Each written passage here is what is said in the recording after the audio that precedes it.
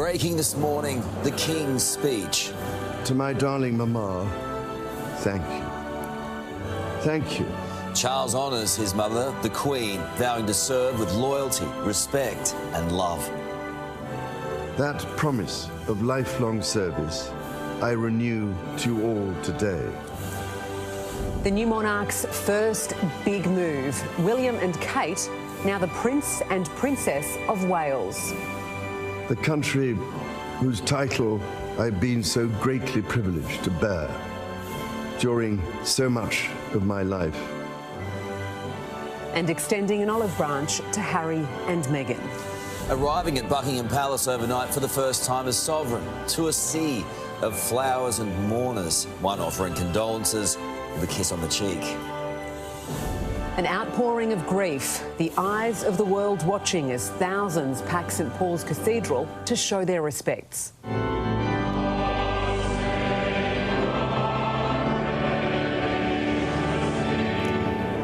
Australia glows in tribute, landmarks coast to coast, bathed in light, in remembrance of our guiding light for 70 years.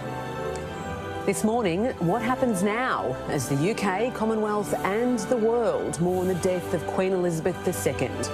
Today, Saturday the 10th of September 2022. Live across Australia, this is a special edition of Today. The death of Queen Elizabeth II. Hard to get used to, isn't it? Welcome back to this special edition of Today. It's lovely to have your company. King Charles III has this morning made history addressing the world for the first time as monarch. He paid tribute to his, quote, darling mama, as he renewed his mother's lifelong promise of service. And that service has already begun, the King meeting the Prime Minister a short time ago at Buckingham Palace.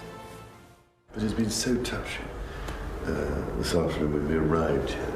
All those people would come to give their condolences. Your Majesty, my very, very sincere You're condolences. very kind. It's the moment I've been dreading, as I know a lot of people have. But try and keep everything going. Absolutely. Come. Thank you. Have a seat.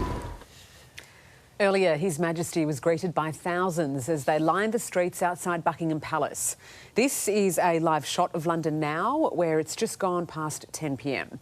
Despite the late hour, crowds are still there, many reflecting on the King's landmark speech as he ushers in a new era. Queen Elizabeth was a life well lived, a promise with destiny kept, and she is mourned most deeply in her passing.